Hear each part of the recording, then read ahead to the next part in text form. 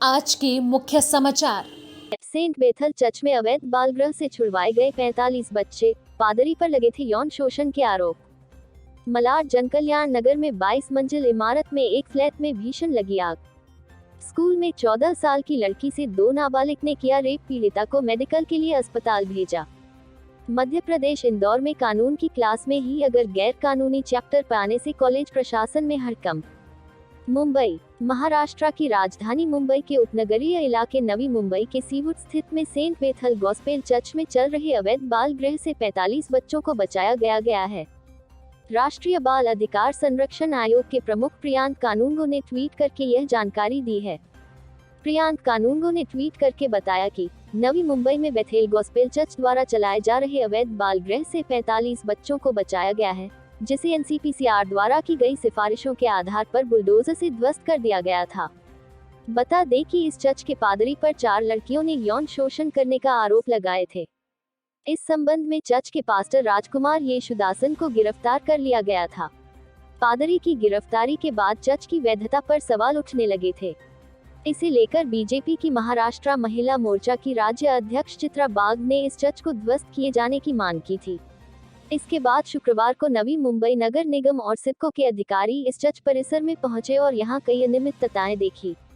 इसके बाद नगर निगम और सिडको के संयुक्त ऑपरेशन में शुक्रवार को इस चर्च को ध्वस्त कर दिया गया था। मुंबई के उपनगर मलाड में शनिवार को 22 मंजिला इमारत के एक फ्लैट में आग लग गई, लेकिन इस हादसे में किसी के हताहत होने की कोई सूचना नहीं है। बृहन्मुंबई महानगर पालिका के एक अधिकारी ने यह जानकारी दी। बीएमसी के एक वरिष्ठ अधिकारी के मुताबिक आग मलाड के जनकल्याण नगर में मरीना इनक्लेव इमारत की तीसरी मंजिल पर स्थित फ्लैट में आज सुबह करीब 11:30 बजे के आसपास भीषण आग लगी थी, जिसमें घर का बहुत सारा सामान जलकर खाक हो गया। मुंबई में दमकल विभाग के अधिकारी ने बताया कि आग लगने की खबर मिलते ही फौरन मौके पर कम से कम दमकल की 4 गाड़ियों को रवाना किया गया और उनकी टीम ने तेजी से टास्क पूरा करते हुए 15 मिनट के भीतर आग पर काबू पा लिया गया। इस दौरान घर में मौजूद एक लड़की ने जान बचाने के लिए बालकनी से कूदने की कोशिश की। उसी दौरान फायर डिपार्टमेंट ने उसे सीढ़ी लगाकर उतारने की कोशिश की। इस लड़की के रेस्क्यू का एक वीडियो भी वायरल हो रहा है। मुंबई, देश की आर्थिक राजधानी मुंबई से दिल दहलाने वाली खबर सामने आई है। यहां एक सरकारी स्कूल में 14 साल की लड़की से 2 लड़कों ने रेप किया है। घटना को अंजाम देने वाले सभी आरोपी नाबालिग बताए जा रहे हैं। घटना की सूचना मिलते ही पुलिस ने पीड़िता को मेडिकल के लिए अस्पताल भेजा है। घटना माटुंगा इलाके के एक निकाय स्कूल की बताई जा रही है। जानकारी के अनुसार 8वीं कक्षा के छात्रों ने स्कूल के ही बाथरूम में अपने साथ पढ़ने वाली एक लड़की के साथ रेप किया है। पुलिस के अनुसार आरोपियों के खिलाफ रिपोर्ट दर्ज कर ली गई है। मामले की जांच कर रही माटुंगा पुलिस ने बताया कि स्कूल में लड़की को अकेला देखकर उसके 2 सहपाठियों ने उसके साथ दुष्कर्म किया। पुलिस ने बताया कि इस घटना से पीड़िता काफी घबराई हुई है। उसके बड़ी मुश्किल से हिम्मत जुटाकर अपने साथ घटी वारदात की जानकारी अपने परिजनों को दी। लड़की की बात सुनते ही परिजनों के होश उड़ गए। उन्होंने तुरंत मामले की सूचना पुलिस को दी। पीड़िता के परिजनों की शिकायत के आधार पर पुलिस ने आरोपियों के खिलाफ आईपीसी की धारा 376 डीए पोक्सो एक्ट से जुड़ी धाराओं में मुकदमा दर्ज कर लिया है।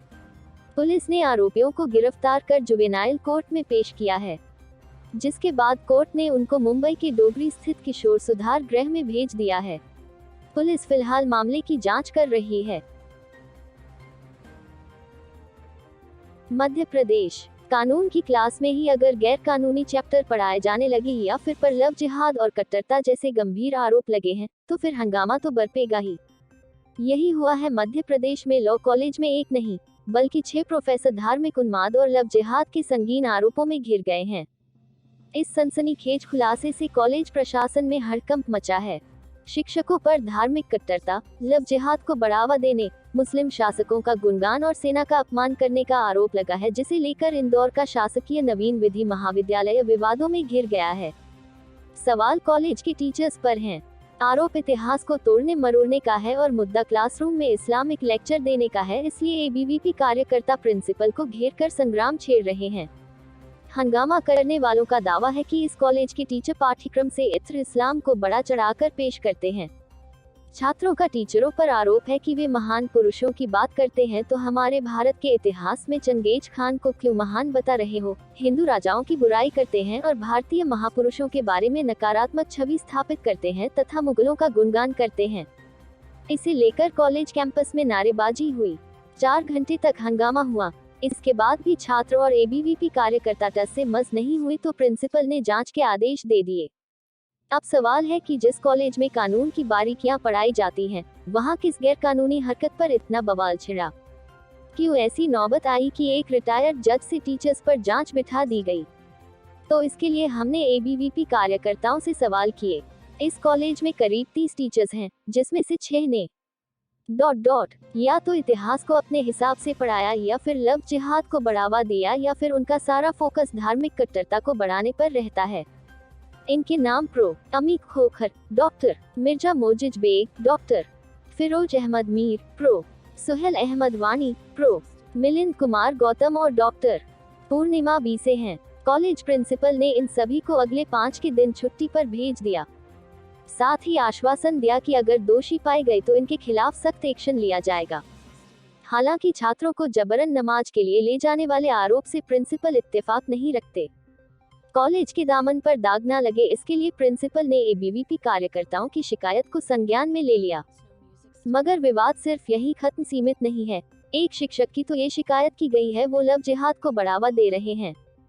शिक्षक पर आरोप है कि वह सोशल मीडिया पर ऐसे कमेंट करते हैं जो छात्र और शिक्षक की मर्यादा को तार-तार करने वाले हैं।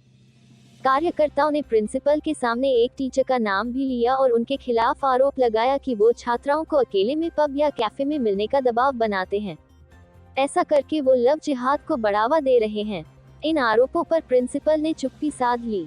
मगर कुछ छात्राओं ने जब कार्यकर्ताओं के आरोपों पर हामी भरी तो कॉलेज प्रिंसिपल को बैकफुट पर आना पड़ा। छात्र जिस किताब को लेकर बवाल मचा रहे हैं, वो हमारी टीम को इसी कॉलेज के लाइब्रेरी से मिली।